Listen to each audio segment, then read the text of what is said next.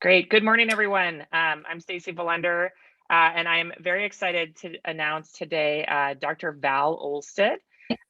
She is an educator in independent practice and the Chief Engagement Officer at Partners in Cascade Bluff. She has been a practicing cardiologist for 35 years. She hails from my home state of Minnesota, and I first encountered her at the Intermountain Advanced Training Program. I was lucky enough to hear her talk on adaptive leadership there. And we decided to invite her back, and you'll see why very shortly. Her talk today is an introduction to adaptive leadership. She did a sabbatical some time ago with Ron Heifetz from the Kennedy School at Harvard, and focused on this model around adaptive leadership, talking about why people do what they do and how they behave in systems, and helping people navigate and understand this fear and resistance to change. So without further ado, I will turn it over to Val. Thank you so much for being here. Yeah, thank you. Peter, do you want a cheeseburger? That's interesting. That's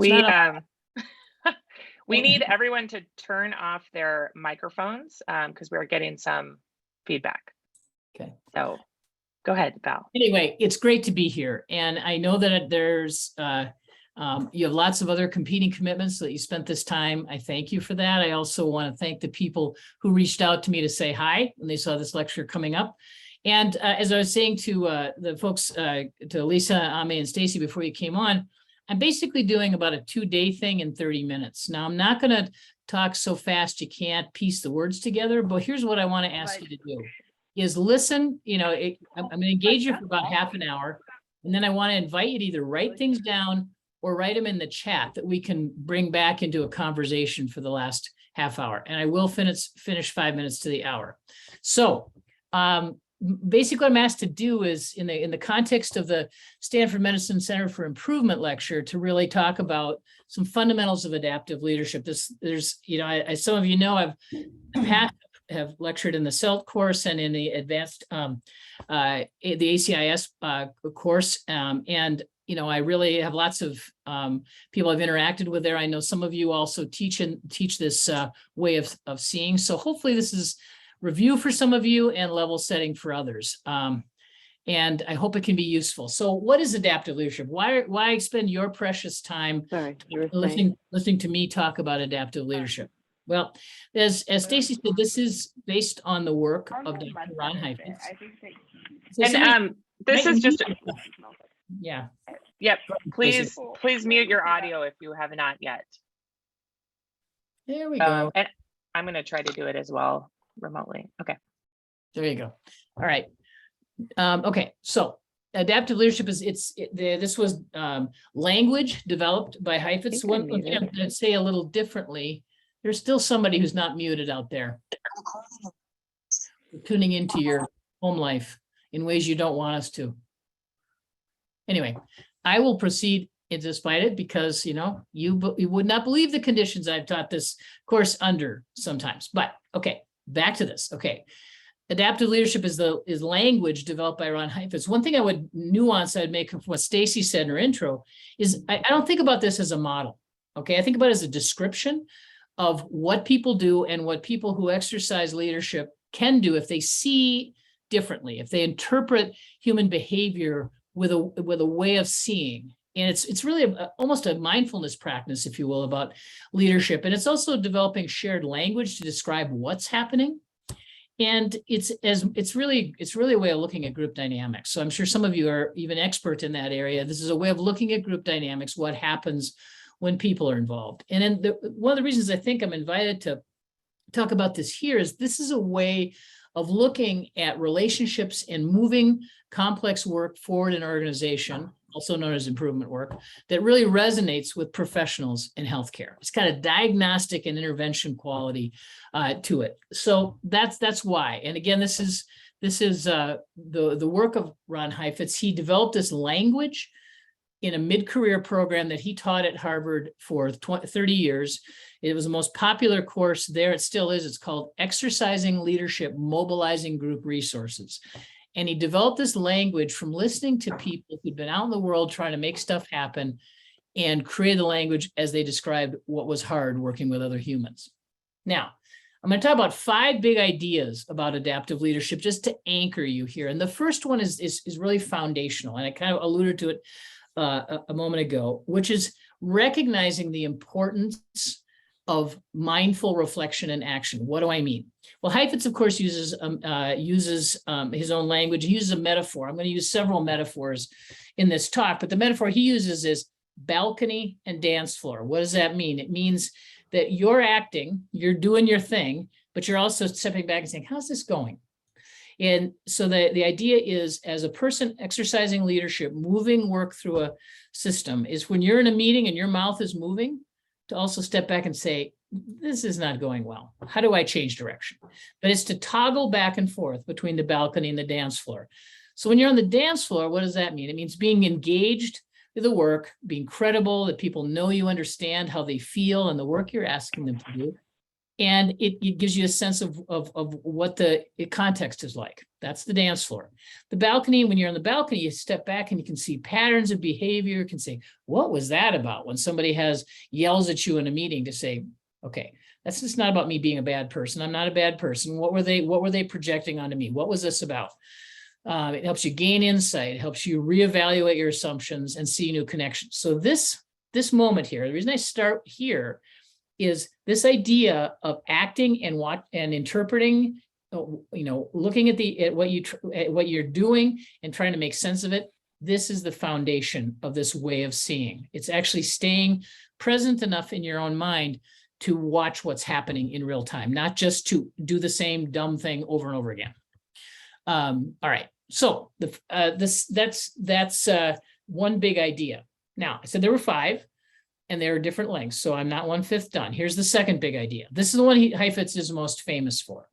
And this is the one where I hope, if you're a person who's trying to move improvement work or any work through a system, that this will help you feel better about how hard it is.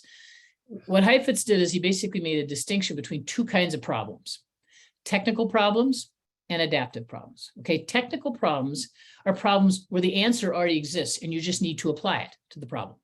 Okay. And adaptive problems is where people need to change their thinking. They need deeply and broadly in the organization need to change. Their hearts and minds need to change, their perspectives, their attitudes. Okay, 2 different kinds of problems. All right, so what I want you to think about now, I don't have time to engage you and mix it up with you like I'd like to during the talk. We'll do that in the second half hour. But what I want you to think about, just don't, you can chat it if you want to record your feelings in the chat, fine. But I want you to think about, in the context of improvement work and actually helping people make real change in a live organization like Stanford, what makes that challenging? Just think for a minute. What makes that work challenging? Okay. And let me talk about the characteristics of adaptive work and just see if it might not fit. Okay. Now, if you don't like that term adaptive, you could also call adaptive work wicked problems. Okay. Or like my picture, herding cats. All right. So what are the characteristics of adaptive work? Just think about this. Well, there's a gap between the way things are and the way things need to be. Well, that's pretty foundational to improvement work, right? It's like setting, like, what are we trying to do? What's the current state and what's our aspiration? Secondly, there's competing ways of looking at this. There's all sorts of ideas about how to look at the problem. Okay. Well, that would be like, that's your life, right? You got lots of smart people around you. Whoa, somebody's got their phone on their computer.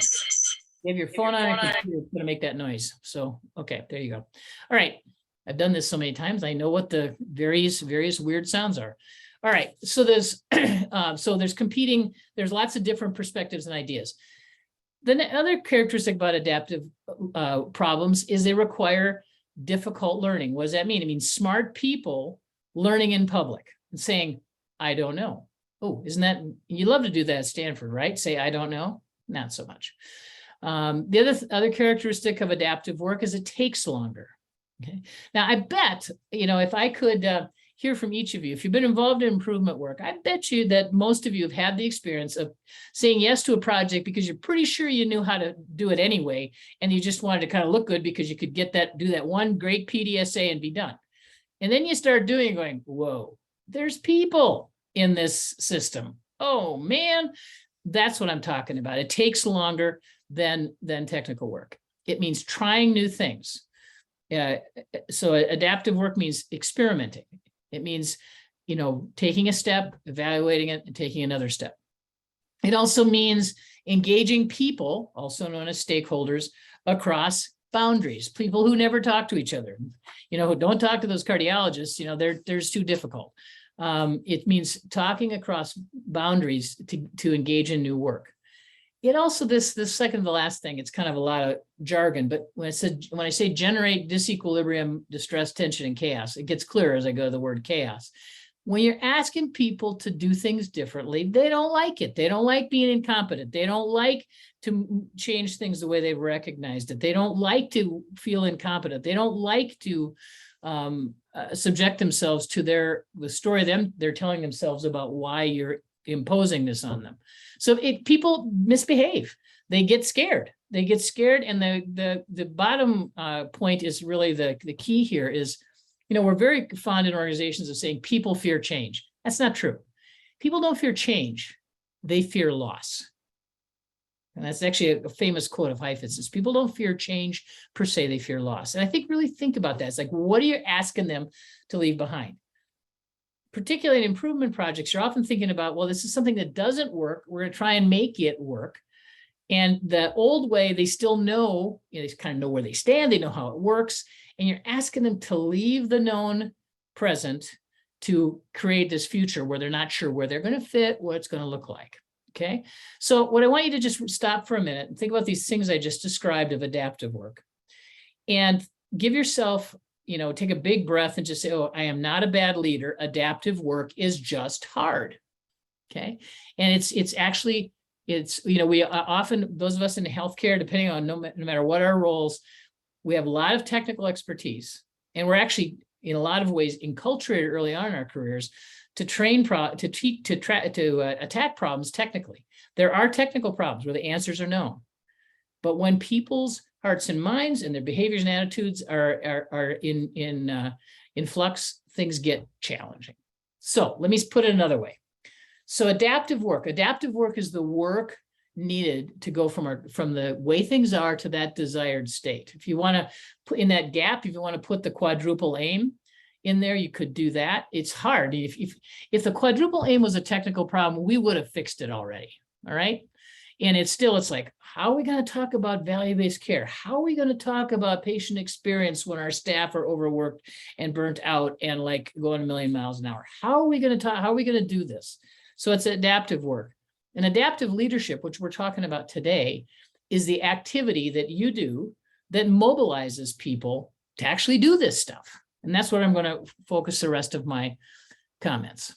So I love this. I know that David Larson uses this in CELT, and I love this. It's Einstein saying, if I were given 1 hour to save the world, I would spend 59 minutes defining the problem and a minute solving it. Okay. The part I would add is in red, and I would consider what kind of problem you're facing. Okay. What are the components of it? A lot of the problems you're going to face as a person trying to move work through your organization. And by the way, this isn't true in families too. I'm just saying there's technical pieces, like we're going on vacation. Where we go on vacation, now that might be an adaptive problem, depending on how big your family is and who gets input, right? So, wherever there's people, there's a technical components and adaptive components. And you got to be clear about that or you're running into trouble. So here's some cliff notes. Just to think about this, when you're going back out there in the world and you're running into a problem, it's adaptive work when people's hearts and minds have to change. Okay. It's adaptive work. This is Bill Murray from Groundhog's Day. Okay. So it's adaptive work when you've been here before. You've tried to fix this and here it is again. And you try to fix it and here it is again. It basically means you're trying to take a shortcut for work that's just really hard. The other clue, if people are yelling at each other, you can be very sure that it's adaptive work. People treat each other like they have a hearing problem and just say it louder. And let's pump up our energy and just act dominant and people will do what we want. It's usually actually, well, there's different points of view that got to be considered and different kinds of conversation. It's also adaptive when there's chaos or when there's crisis, when stuff's happening fast. So kind of use that a little bit as your cliff notes when you're facing a problem. Is this asking me to consider that this is adaptive work? there will be technical pieces where you know the answers, but a lot of the problems you're facing, particularly in improvement work, but in leadership in general, have adaptive components to it as well. So here's an important idea. Probably the first thing I've said that's worth you remembering, okay, is the most common cause of leadership failure is treating an adaptive problem with a technical fix. And we try and do it all the time. So notice the mob saying, oh, this is easier, let's go this way. Okay, as opposed to the few say, oh, okay, we got to take this longer route. Think about those zigs and zags up that hill as PDSAs, learning our way into the solution. It's complicated and it's right. Okay, so again, just if you've had difficulty trying to get people to make progress on a tough problem, give yourself a pass. Adaptive work takes a long time and it's hard. All right, so we have 2 ideas so far that we've talked about. And now we're going to kind of work on the third. So the 2 ideas have really been this idea of when you're leading in this way to think about how am I doing, what's going on here, as well as being engaged in the work, the balcony and dance floor, engaged in that meeting, but also saying, how's it going? So that reflecting in action. And one of the things you reflect on is what kind of work is this? Okay, so here's the third idea. So the background of this is this slide shows an idea that was hatched by a couple of psychologists named Yerkes and Dodson quite a long time ago. And they said something profound and important that is foundational in this work. What they said is, you notice this graph is performance against stress on the x-axis. Think about that as tension. What it says is that basically tension isn't bad. It's the right amount that you want. So when there's productive tension or productive stress, there's that peak of the curve. People feel like they're in the zone. They feel like they're contributing. They feel like they're problem solving, making progress in, making change. So for all of you, being at Stanford, doing the kind of high level, high octane work, all of you are engaged in all the time. That's like, I want to be part of that juice, that imagination, that progress. Okay, great. All right. If the stress isn't enough, then people are bored, understimulated, like ho hum, it's why am I here? Fine. Now, if the stress is too high, then people feel like this little girl taking a drink from a fire hose. Too much, overstimulated. I feel I'm an imposter in this world of experts. I'm going to burn out. Okay, so the idea here is to think about what we know from physiology. For instance, we know you got to have tension on a biceps muscle to make it stronger. I'm a cardiologist. The heart's got to fill enough to have an adequate cardiac output. There's got to be some tension for optimal function. Okay, there's lots of other examples in healthcare. All right, so what Heifetz did is he just took this idea, flipped it 90 degrees. So this is the third idea, that one of your responsibilities as an improvement leader, as a person trying to keep work moving forward, is develop the ability to sense and recognize when that tension's productive. Okay, so you see that peak of that previous graph is now I'm going to call that a productive range of tension. And that productive range has boundaries. The top boundary we're going to call the limit of tolerance. So above that, people are overwhelmed taking a drink from a fire hose like that little girl. Okay, the bottom boundary we're going to call the threshold of learning. Below that, people are like, not my problem. I didn't sign up for this team. You did. Don't expect me to do anything. Okay, so there's 3 different zones of tension, just depicted differently. All right, so let me drill down on this a little bit more. But the reason to do this is, as a leader, you want to be able to detect productive tension. What's happening? That's when people are engaged and having ideas and riffing off each other, which I wish I could do with you in person, but I'm just talking at you now. Sorry about that. But productive tensions when there's a dialogue, that enlivened sort of thing. And in general, we know that productive tension predicts progress, right? Stuff starts cooking. Things are really happening. All right, so let me take it to a little more practical example. If you're thinking about an encounter with a peer, right? So what does productive tension look like? Well, it might be like this. I understand the reality of my role and responsibility. I'm looking to you for guidance and honesty, and I understand what I need to do, and I'm in this with you. So if you're thinking about your team members in an improvement project, they know it's hard, they know their part, they're with you, you're getting traction together. That's productive tension, okay? So when the tension's too high, what people might be saying, I don't want to fail, I can't make any sense of this, I don't understand any of this, I'm overwhelmed, I don't know what I need to do. And I'm worried that I'm going to get taken out here if I expose my ignorance, right? Now, when the people are below the threshold of learning, they might say, I have no voice in this organization. Why try? I'll put my head down and endure this, hoping it'll go away, and tell me what to do, and I'll let you know if it works for me. So you get a feel for that? All right, so here's the thing I want you to think about now, and I'm going to say it again, is that at any moment, in any project, any family meeting, any clinical encounter with a bunch of people, when you're thinking about what you're trying to do, all the people, all the humans in the system are in one of these three zones. Okay, they're either productively engaged in the work, they're overwhelmed by it, or they're like checked out. All right. So far I don't see any looks of distress on your faces. The few people I can see, I'm hoping you're with me. All right, so now not only blend a couple, so I've talked about three ideas now: the difference between technical and adaptive, that productive zone of tension, and reflecting in action. So I'm going to merge a couple ideas here just to demonstrate a concept. Okay, so here's taking that productive zone of tension. You see it, you see the lines back there, and I've laid over it a graphic of technical work. The distress goes up, you apply the known thing, and the tension goes down. All good. Okay, that might be like putting a stent in a coronary artery in the face of an acute coronary syndrome. Sorry, I'm just talking from my point of view. Okay, adaptive work. Okay, that's that red line. Okay, this is squiggling bumps and lumps and bumps over time.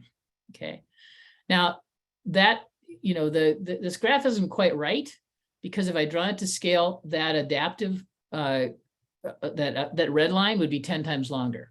Adaptive work takes longer.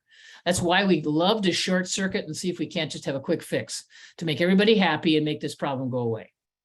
And then we have Groundhog's Day, you know, like Bill Murray. But my point is that's a flaw in my graph.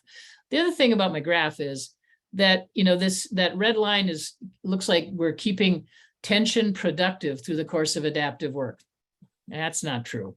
I'll talk to that later. You know, people go up and down all over the place, and so do you. But that's just a demonstration here of adaptive work. The other characteristic here is there's little humps and bumps on that red line. That represents experiments. That's what you're doing when you're making progress on adaptive work. You're trying little cycles of trying things to see if you can make progress. All right. So you got that image. But adaptive work takes a long time. It requires experimentation. And, you know, the idea of trying to keep people in the productive zone over time is kind of where we're going to go for the rest of this talk.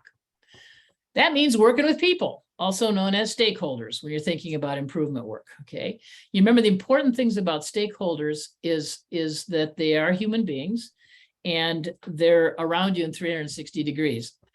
I put in this quote from one of my favorite mentors, and I think this is really important. Organizations, even Stanford, are illusions. They're just groups of relationships. Improvement leadership in general, is really managing human relationships over time. Okay. And stakeholders who have a stake in the work you're trying to do, they are people who love the work. They are also people who hate the work. They are people who will hate the work once they understand they're a stakeholder, which might be the frontline people whose workflow you're about to turn on its head. Okay, they're stakeholders.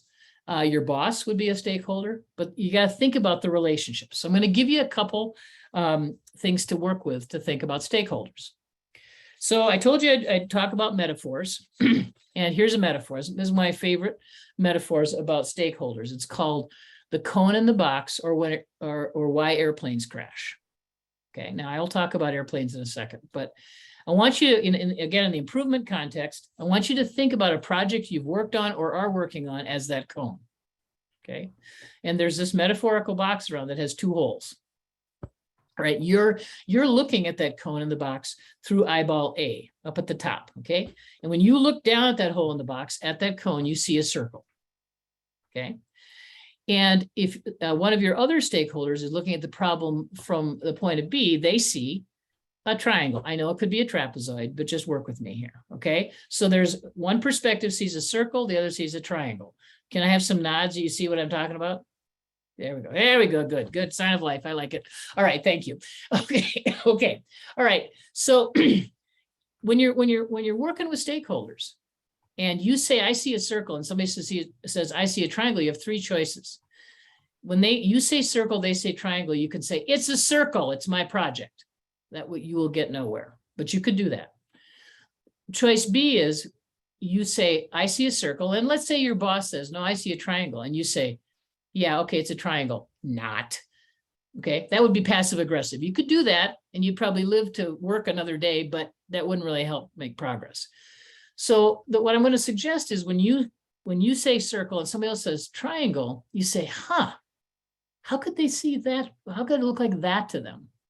Maybe it's a cone. And what would give you a sense of what's in the box would be to put more holes in it, which is what you do when you talk to stakeholders. You engage stakeholders, you listen to their perspective. You don't try and talk them out of their perspective. I've seen many people do that. Oh, no, you don't think that. Don't do that. You'll not fare well. Okay, so this idea is to put holes in the box. Now, some smart aleck could say, Val, just get rid of the box. And I would say it's a metaphor, people, deal with that. All right.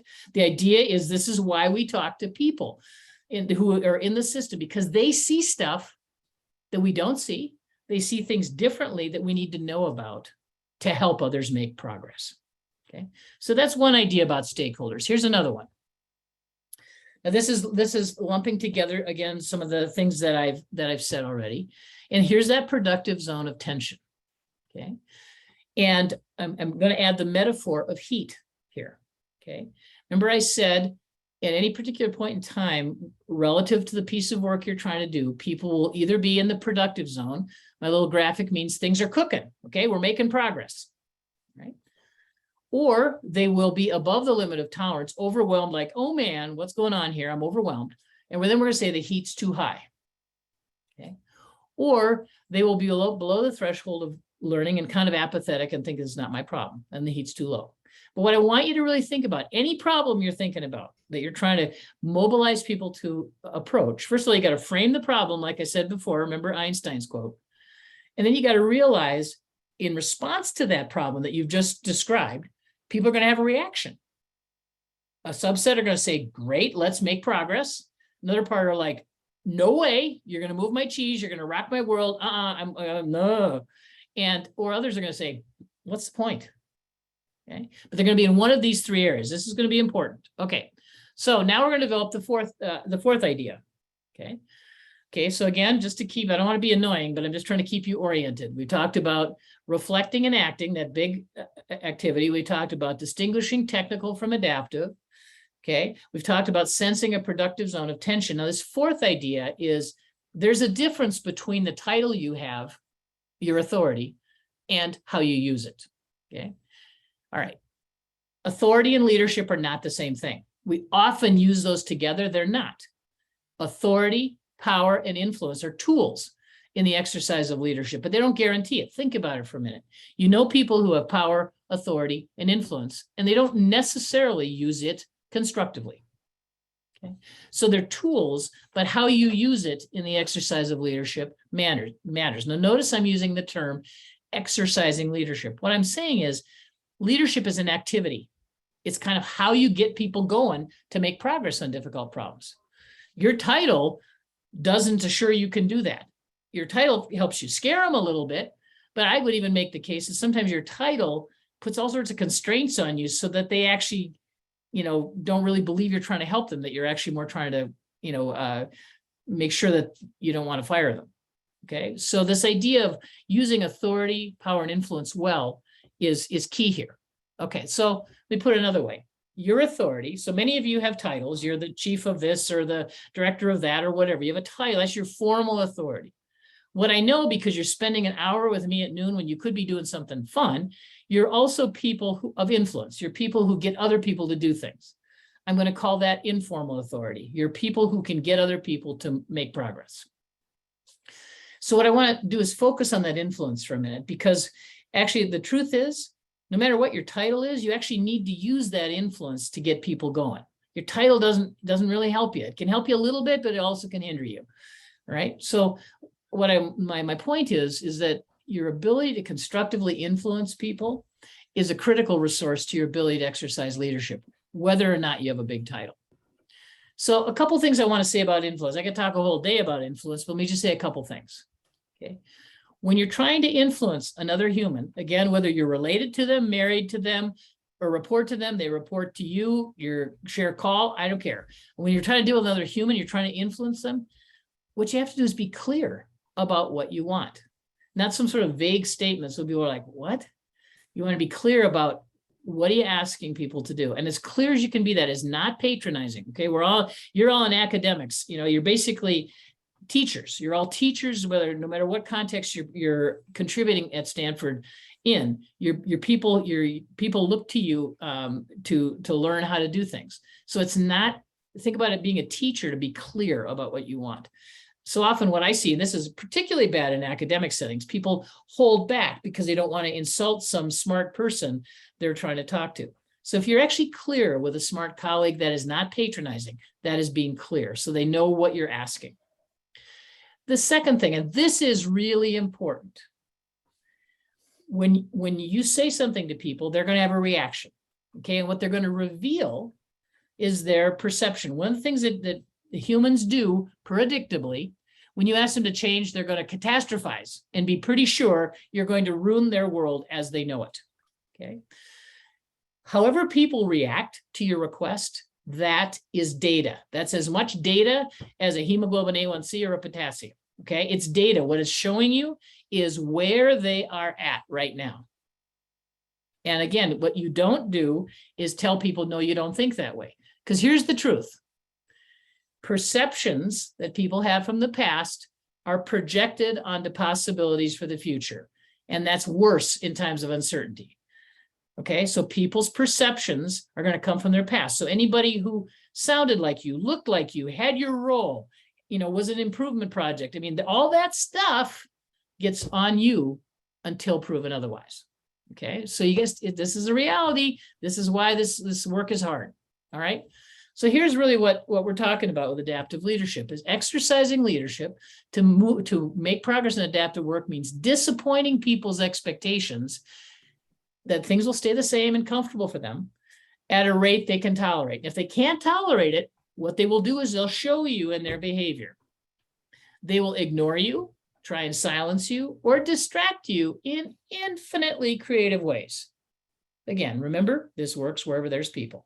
Okay, but this idea of, and if this isn't about being mean to people and hurting them, it's just realizing what I said earlier, is that people don't fear change, they fear loss. Their expectation is they won't lose anything, that it's not going to be hard. And once they see it is hard, they're like, whoa, you're scaring me here. And they're going to behave in ways that demonstrate that. And what we call that is resistance. So I want you to be thinking in your head about all the different forms of resistance you've seen in the world of trying to make progress. It can be silence. It can be an email in caps. It can be shouting. It can be looking at their shoes every time they pass you. It can be there's or distracting and changing it, saying there's not enough data, or my data is different, or my people, you know that. There's a zillion forms. But here's the thing I want you to take away from this this time together. Is that resistance in other people, when that happens to you, it doesn't mean you're a bad leader. It means that you're exceeding the amount of loss that they can tolerate. Okay. And then what you need to think about is it means you're losing influence.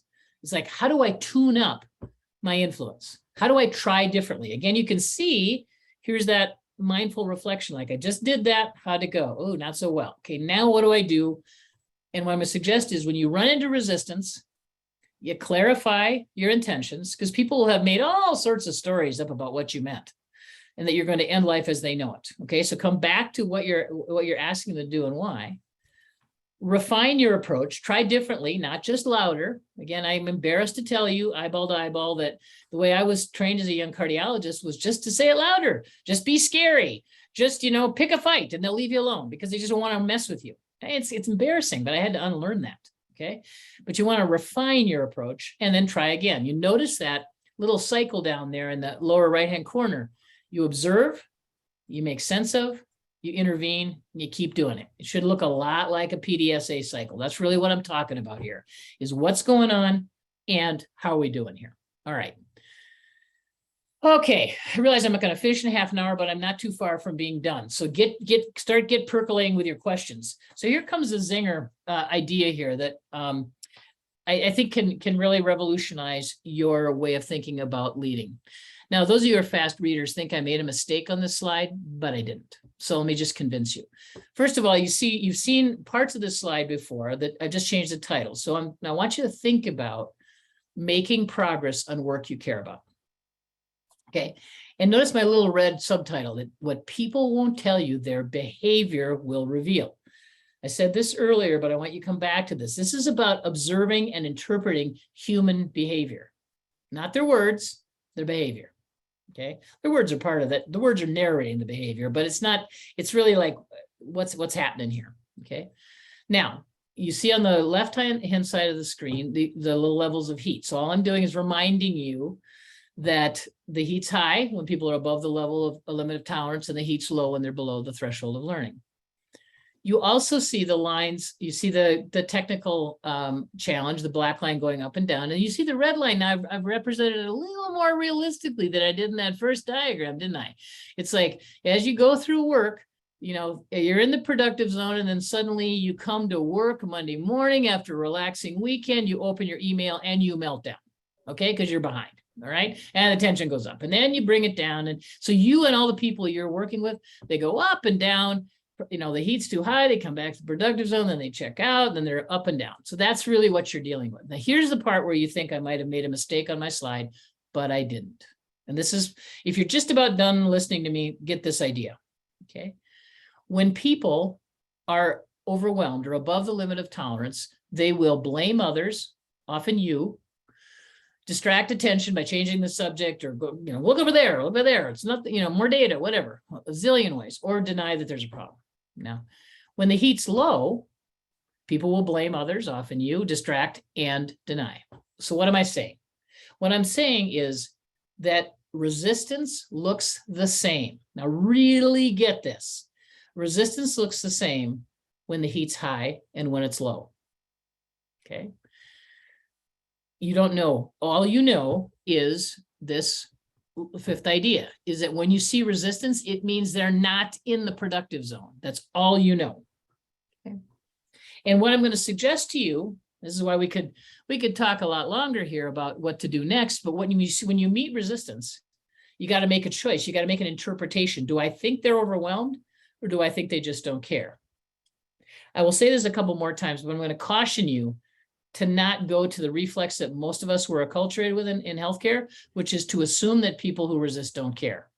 That's not true. We're in a caring profession. People care a lot, but they get overwhelmed easily and quickly because there's a lot coming at people.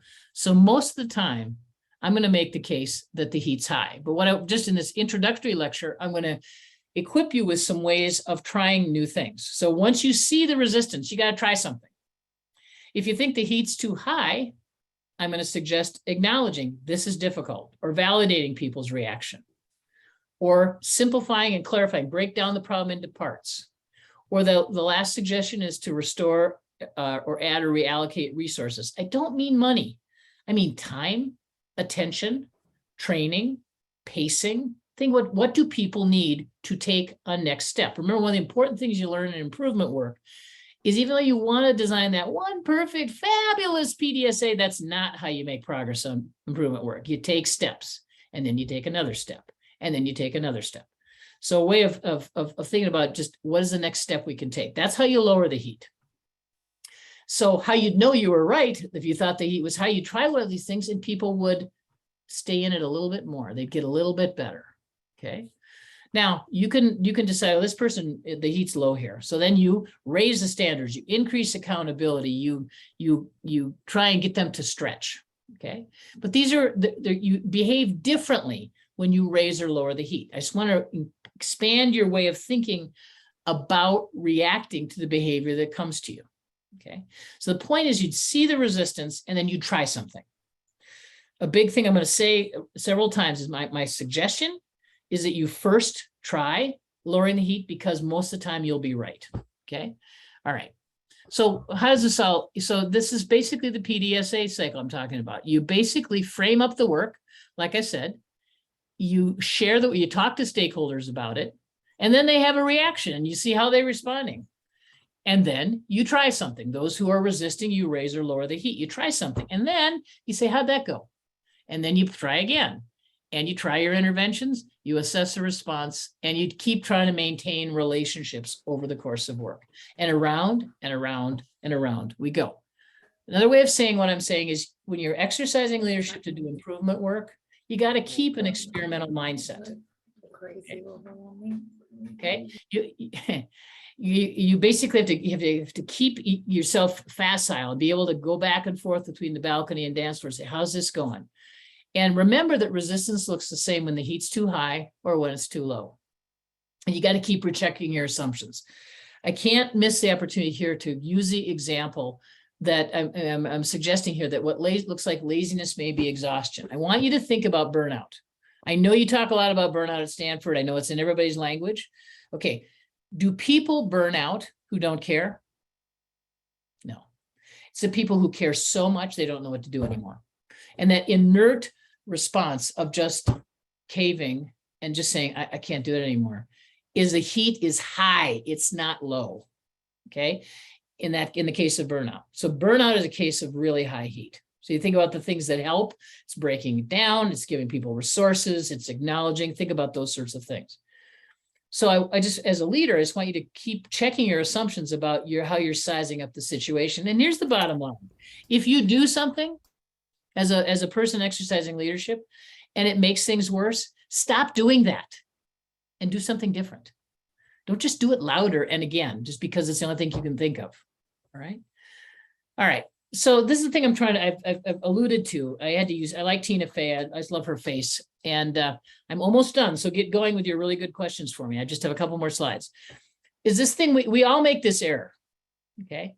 Is that when somebody else behaves badly, they clearly have a character flaw. But when we behave badly, like you don't know what my day's been like or what's pushing on me. You don't know my context. Okay. So I don't want you, and this isn't true for every human on the planet. I would never say that, but this is my rationale for why trying to lower the heat first. Is in general, when people behave badly. Okay, I'm Daddy. When people behave badly, they're scared. Okay. And it's just too much. So if you understand this fundamental idea, it will help you remember to try that. So let me knit all this together. What I'm suggesting is when you meet resistance, I'm going to suggest for your own mental health and for the health of the relationship, practice compassion. Try lowering the heat first. All this is the same ideas I talked about before. It's really when you don't know what to try lowering the heat first. Validate, simplify. Can you do this? Can you take this step? Break the problem into parts. Sometimes there's a technical piece that you can take care of and people feel like, oh, good, there's progress, but don't stop there. And then think about what do people need to make progress. All right. So you guys have been taking a drink from a fire hose. I've been trying to talk about the difference between technical and adaptive problems. Okay. Technical work has clear answers, adaptive work, no clear answers, lots of uncertainty. Technical work, straightforward, few big choices, you apply the answer to the problem. Adaptive work takes time, it takes trade-offs, takes making difficult choices. Technical work can feel precise, adaptive work can mean conversations and more conversations and more conversations. Technical work requires hands, feet, and mouth. Adaptive work requires hearts, eyes, and ears. And by the way, you typically have twice as many ears as mouths, so use them accordingly. Listen, okay? Adaptive work is focused on people as opposed to task. Adaptive work has that spiral PDSA sort of feel. You try stuff, you get things that get better, you fall back, you try again, and there's conflict, distress, and fear. So where I've gone with this is to kind of get you to think about these principles I talked about, of first of all, recognizing how to pay attention, how to watch yourself act and think about what's going on here. And then the other four principles really represent examples of this. Is this technical work or adaptive work? A lot of the problems you're going to face will have elements of both, but don't try a technical approach to adaptive. And you're going to want to, you're a human being. You're going to want to try and get her done, check this off your list. But if it's adaptive, you're going to have to think about what's at stake for people. How do you help people make progress when they're afraid? you want to, sensing productive tension is again, how are people doing here? How am I doing here? That's a reflecting and action activity, and distinguishing between your role and then how you use it in the exercise of leadership. So that's about influence. Am I being clear? How are people reacting? What does it mean? Remembering that they will resist you when you're exceeding their tolerance of risk. And remember that seeing resistance as a signal of being outside the productive zone. All right, so I want to leave you with this before I take questions, is these are all practices. Practice isn't what you do once you're good, it's what makes you good. So what I hope I've done is given you a little window in this idea of the practice of adaptive leadership, ways of looking at relationships and interacting with people that you can, that will help you make progress. You all probably do this already, but practice getting better and more intentional will help you in making progress on the work. So for that, I thank you for your attention. I will stop sharing so you can ask me incredibly hard questions. Go. You're on mute. This is just, I just started. This was just so incredible. Thank you so much, Val. And I've been counting the numbers, and we had and still have well over 100 participants, which I think is one of our top, if not our top, attendance for a talk at SMCI. So thank you so much for your insights. Thanks for showing up. Yeah, you're welcome. And I've gone to a lot of talks, over the years, and you are one of the voices that sticks in my head after hearing a version of this talk a couple years ago, especially as we've dealt with COVID and the pandemic. Our biggest challenge probably in the last 2 years. And I just think of how we were above that threshold of the limit of tolerance. So you've been popping in my head over the years. I want to just repeat a couple of the phrases that really stuck out at me, just because we know that repetition helps learners. You said learning our way into a solution. Thought that was great. Organizations, even Stanford, are illusions. They are just groups of relationships. The most common cause of leadership failure is treating an adaptive problem with a technical fix.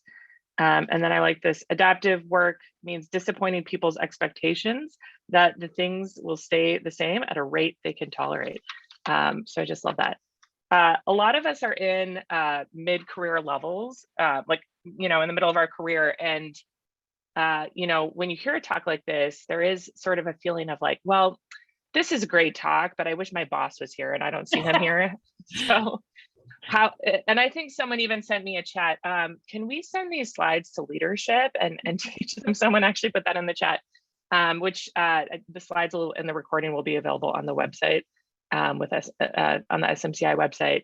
And also, I think I'm supposed to announce, just scroll up, the CME information is available in the chat. And if we could just repost that, that would be great. So people can get their CME credit. So back to the mid-career question. Yeah. What are your strategies if someone is in the middle of their career to help get leadership to realize, what, we're too hot, or we're too cold, yeah, the situation is too hot or too cold? Yeah, great. Okay, so several things. I was okay, let me just think about how not to go down a rabbit hole here.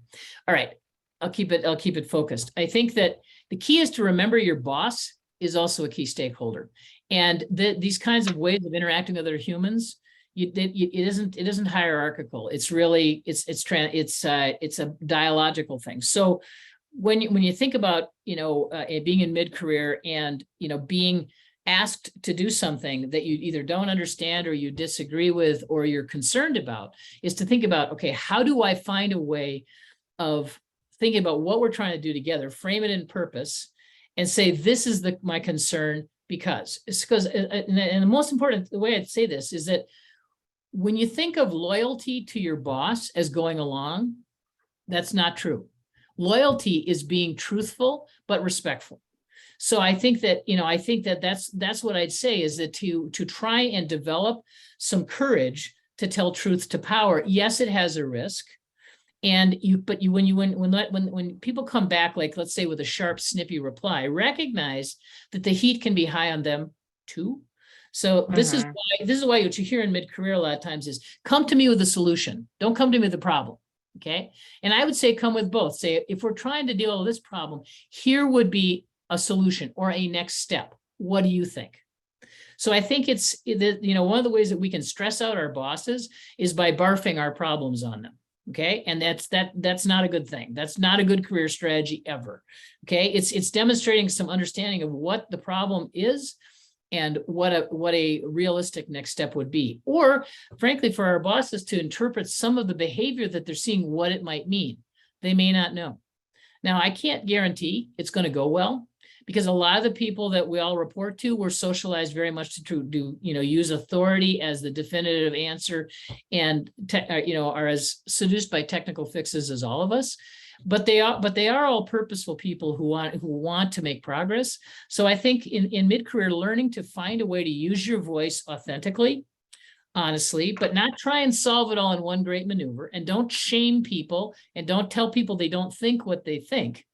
Recognize the perception of your boss is also data. So how do you meet he or she where they are and make a next step? I hope that that's at least, we could go on and on about that, but I learned this. I got to do this, learn this way of seeing when I was 40. And, but I'd been fast tracked like many of you I was a chief of cardiology before I was 40. I could have used this earlier. So what I'd say is in mid-career, embrace this as a way of seeing to help you read what's happening around you. Because even if you don't like the term adaptive, or you don't like Heifetz, or you just don't like this, it's still out there. This is the way things are. That's why it's not a model. So I think your survival as a mid-career leader will be enhanced to basically learn how to read and pay attention to the relationships around you. That was a long answer, but I hope I hit things that were useful. No, that's fantastic. I'm going to switch to a couple questions in the chat. So Catherine McIntyre asks, what do you do if different people on the same team have widely different perceptions of when the heat is up too high? Yeah. Okay. All right. So thank you, Catherine. And I think there's actually two parts to that question. There's, are the people, when you're actually a team, I'm going to imagine in her question from it, she's talking about sort of co-leaders who disagree on the interpretation. Okay. The other possibility she's talking about is that there's stakeholders, some are the heat's high, some's low. So let me answer it this way. Is that every time you actually make an assessment of how people are doing, it's a guess. So what you need to do is you need to say, I think it's this for this reason.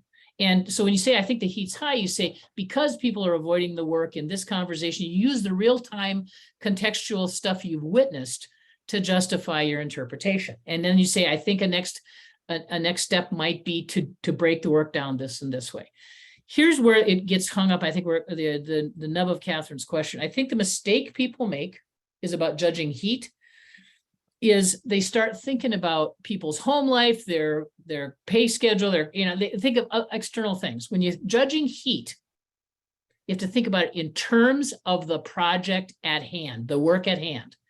It has nothing to do with their financial situation, their home life, or whatever. That may impact what they can bring to the project, but their reaction to the project, to the work you're trying to do, is what you're trying to gauge. I think that will help you focus what can seem like disagreement, because I see it happen all the time. People say, oh, they're in the middle of a divorce and their life's breaking up and he's just really high on them and they're checked out. Well, maybe they just don't have any capacity to bring to this work. Or, it's their home life is their business, their financial situation is their business, their commute, whatever the things that are stressing people.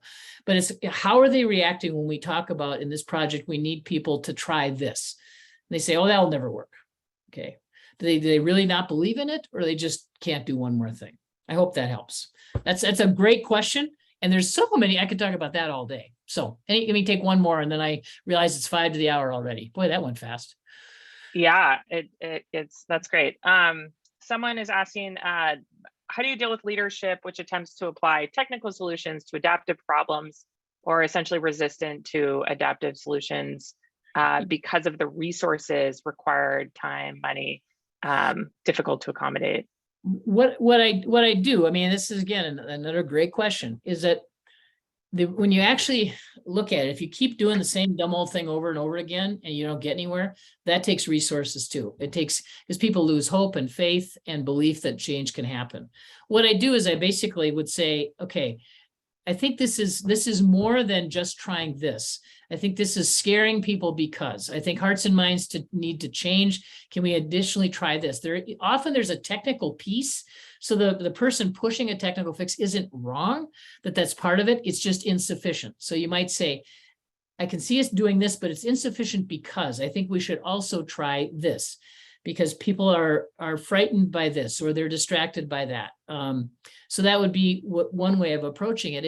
But it's also saying, people all the time say, we can't afford to take the time to do adaptive work. We're just going to keep doing the same dumb old thing over and over again. It's kind of gently, without shaming them, kind of trying to go there and say, it has been tried and we're stuck because it's insufficient. It's not that it's wrong or you're a bad leader because you're suggesting it. It's just insufficient. So I have found the word insufficient to be helpful, not end up shaming somebody unintentionally. I will stick around for a little bit longer. So if anybody wants to stick around and ask me questions, I'm happy to do that. But I know you got to go. So you won't make me feel bad if you go away. So thank you for being here. Thank you so much, everyone. I will stick around for a few minutes. But this has just been fantastic, a fantastic show of folks.